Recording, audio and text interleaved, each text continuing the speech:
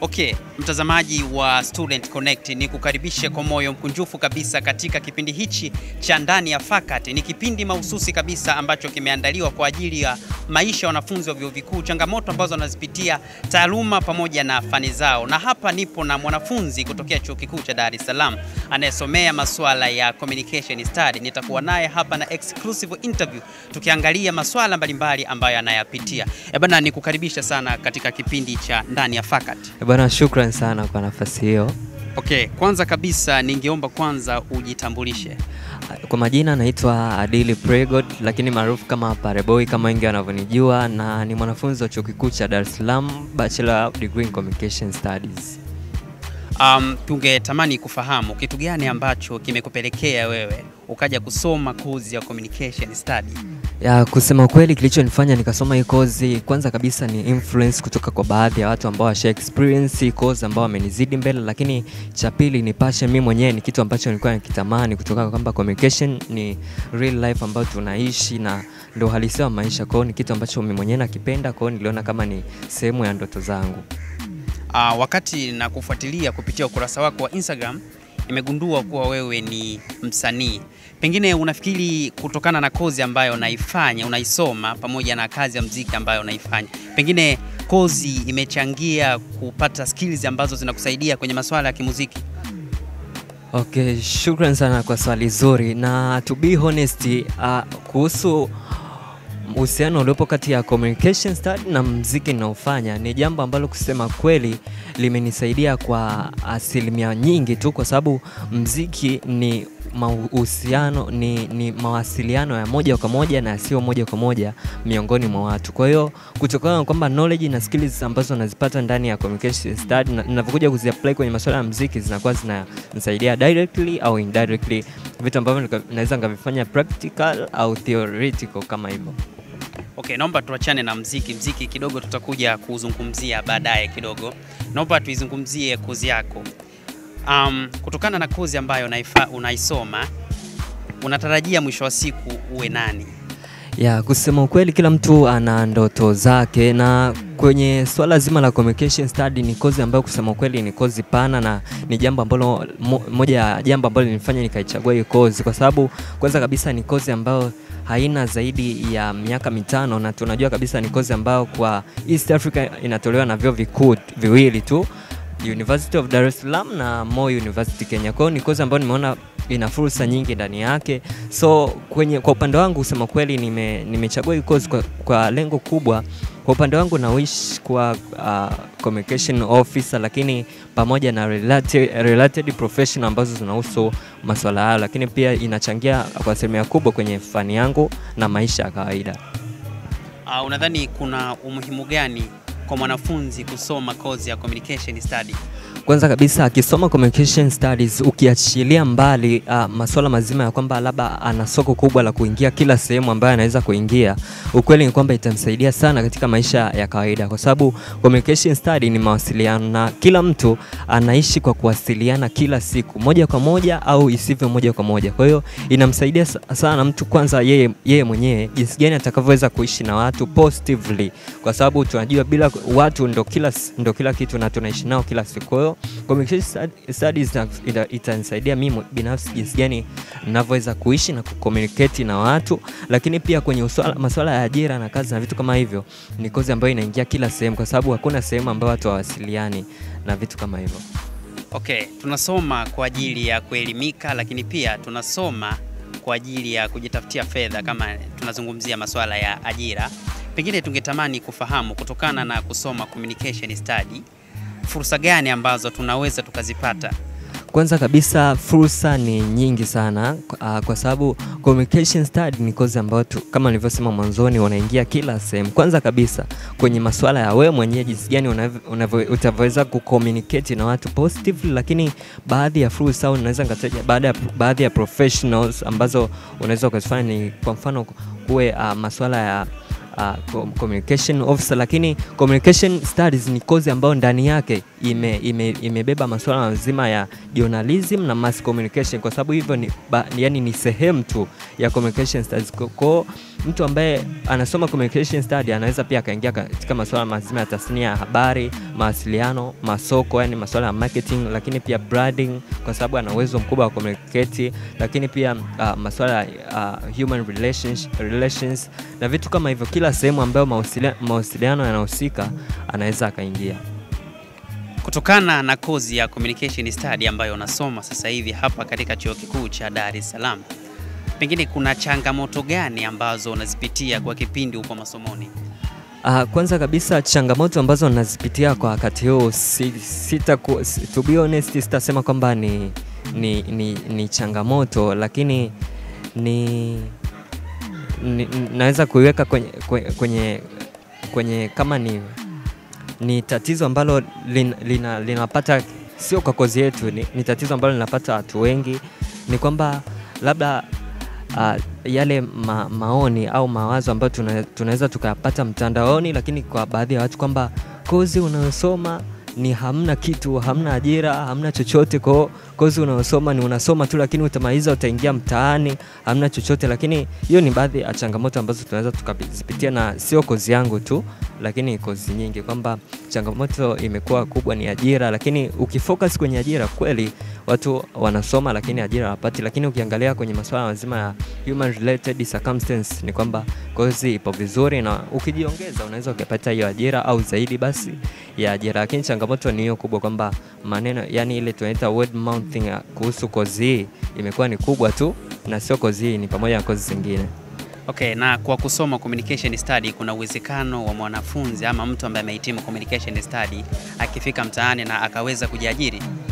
Asilimia kubwa sana ya mtu huyo kuweza kufanya jambo hilo, kwa sababu kama nilivyosema mwanzoni, ana uwezo mkubwa sana wa kuwa mtu wa masuala mazima ya journalism au mass communication. Jinsi gani utakavyoweza kucommunicate na watu positively ndio itakusaidia wewe jinsi gani ya kuweza kuishi au kujiajiri mwenyewe. Kwa mfano, kama ukiamua kutoka mtaani na kuanza kuanzisha online media ambayo unaweza kuanzisha mwenyewe, kutokana kwamba una uwezo mkubwa sana wa communicate na unaweza kufanya vitu vikubwa kama hivi unavyofanya wewe hapo. Kwa hiyo ni swala zima ambalo ukisomea communication studies unaweza kulipata na ukafanikiwa kujiajiri mwenyewe. Nadhani kuna kitu kimoja ambacho kinakuvutia sana tena sana katika kozi ya communication study. Pengine kitu gani ambacho wewe kwa upande wako kinakuvutia sana tena sana katika hii kozi ya communication? Moja ya jambo ambalo linanivutia sana kwenye kozi yetu ni socialization, yani inahusu maisha yetu moja kwa moja.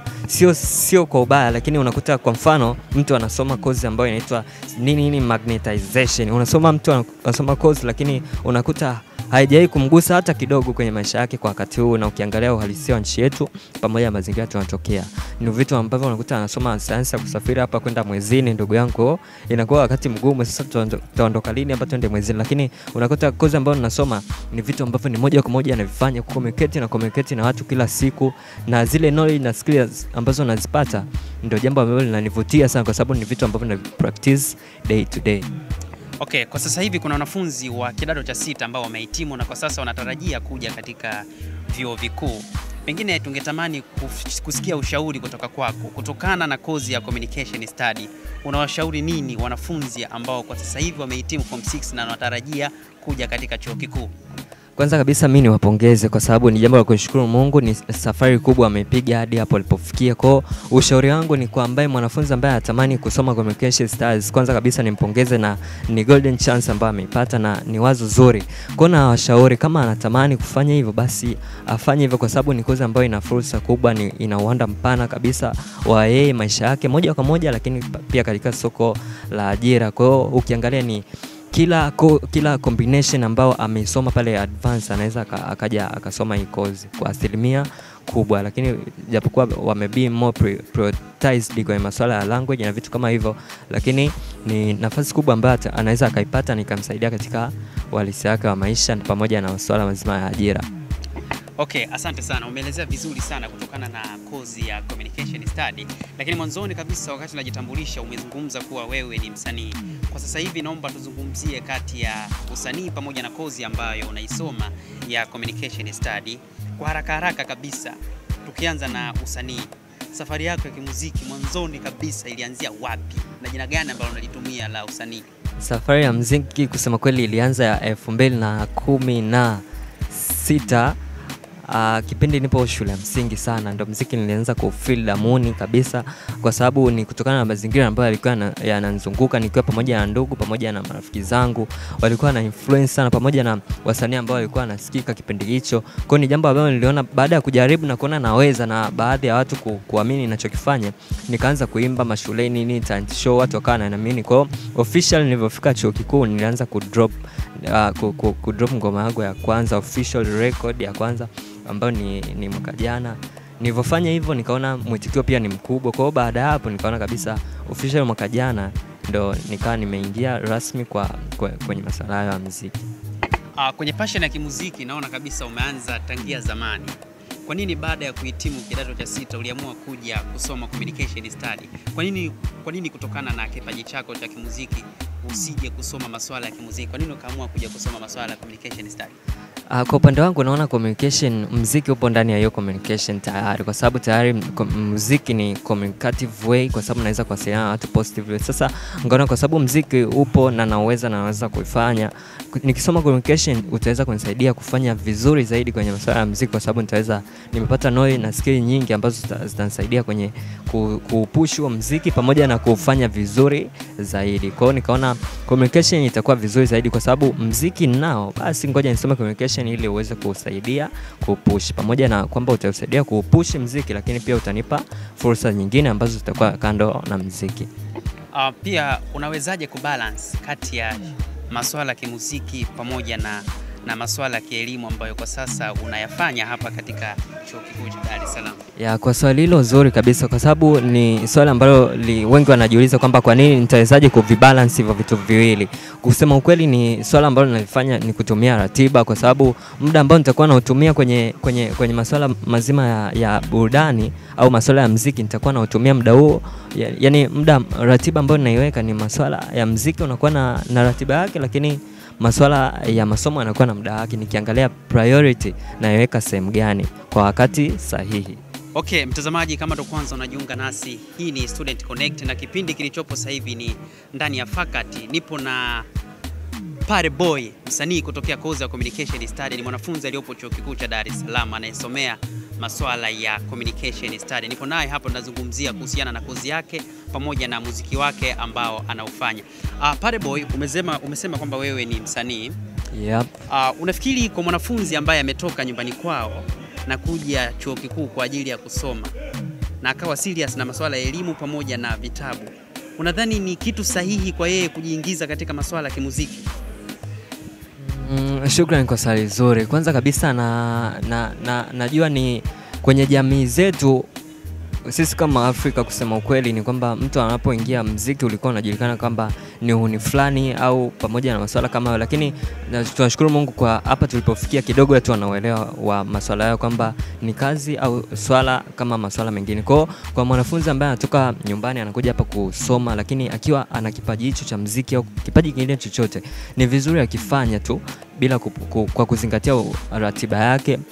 Haina madhara yoyote ambaye atakuwa yanamwathiri katika masomo yake, japokuwa itamwathiri positive, kwa sababu ataweza kufanya masomo yake vizuri, lakini pia masuala yake ya kipaji au masuala yake ya muziki ambayo anaweza akafanya yatakuwa yanafanikiwa pia.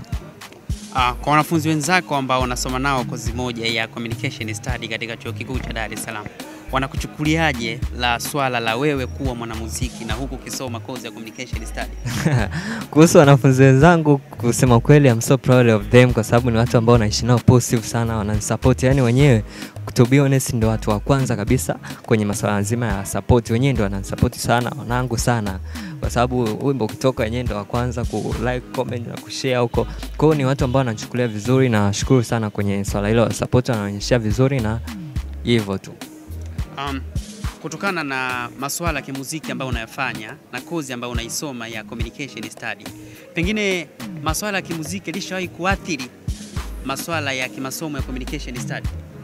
Kusema ukweli hajaathiri moja kwa moja masuala ya communication, lakini aliathiri masomo kwa nafasi ndogo tu, kusema ukweli, kwa sababu kwa ufupi ni kwamba ilikuwa baada ya wimbo wangu mpya Tafadhali kutoka, nilipokuwa kwenye process za kutoa video, na ilitokea kwamba ni usiku mmoja nilishoot usiku mzima, na ikafika mida fulani hivi saa 10 ndo narudi kulala. Kwa hiyo ile nalala na kipindi saa 1, kwa hiyo nakuta nimeshtuka inaelekea saa 7 mchana. Kwa hiyo nimeona kabisa hapo masuala yameharibika. Kwa hiyo hapo naona kabisa iliniathiri kiasi fulani, japokuwa sio sana. Umesema kuna nyimbo mpya ambayo umeitoa. Yeah, of course, na nashukuru sana kwa mapokezi ambayo watu wamepokea, na naomba tuzidi kusapotiana. Video is coming soon. Okay. Tungependa kufahamu pia kama kweli yaliyomo yamo. Hapa ninachomaanisha, umesema wewe ni msanii. Tungependa angalau kidogo utuimbie, ututhibitishie kwamba mwanafunzi wa kozi ya communication study ambaye ni mwanamuziki kidogo ana kipaji. Naomba wathibitishie watazamaji kwamba kweli yaliyomo yamo, kwamba kipaji cha muziki kweli ni kipo. Okay, shukran. Wimbo wangu unaitwa Tafadhali, na kwa ambao washai kusikia, nashukuru sana kwa support yenu. Nitaimba na nyie kidogo.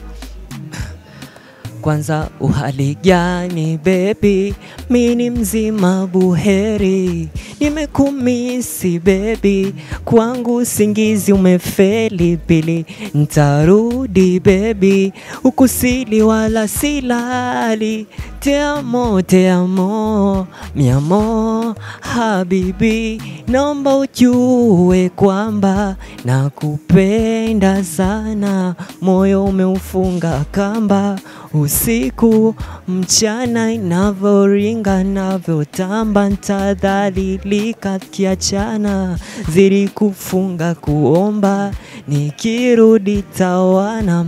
Baby tafadhali, moyo hauna mfupa, mwenzo sina hali, kimenijaa kichupa, sina nyumba la gari, nazitafuta kwa pupa, Dar es Salaam so mbali, nikirudi nitakupa. Yeah.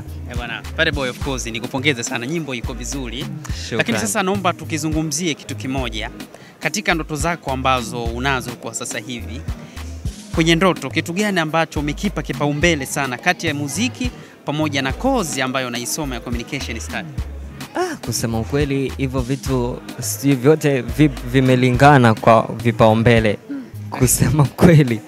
Manake ni masuala ambayo muziki siwezi nikaacha wala masomo siwezi nikaacha. Kikubwa ninachokifanya ni kuzingatia ratiba na kukipa kitu priority wakati sahihi. Kwa mfano, ikiwa ni wakati ambao ni wa masomo, unakuwa wakati wa masomo, wakati wa muziki unakuwa ni wakati wa muziki. Kwa masuala yote nimeyapa priority, japokuwa kuna wakati priorities zinazidiana. Kwa mfano, ikitokea ni wakati ambao nina test na huko labda nina show, siwezi nikaenda kwenye show wakati nina test. Lakini ikitokea labda huko kuna show ambayo ina pesa nyingi, alafu huko kuna seminar ambayo haiwezi kawa effective sana, naweza nikaenda kwenye show. Okay, wanasema mshika mawili moja humponyoka. Unadhani kipi kitakuponyoka kati ya muziki pamoja na communication study course ambayo unaisoma? Hapo hakuna ambacho kitaniponyoka kusema kweli. Vyote vipo sawa kwa sababu nazingatia ratiba tu.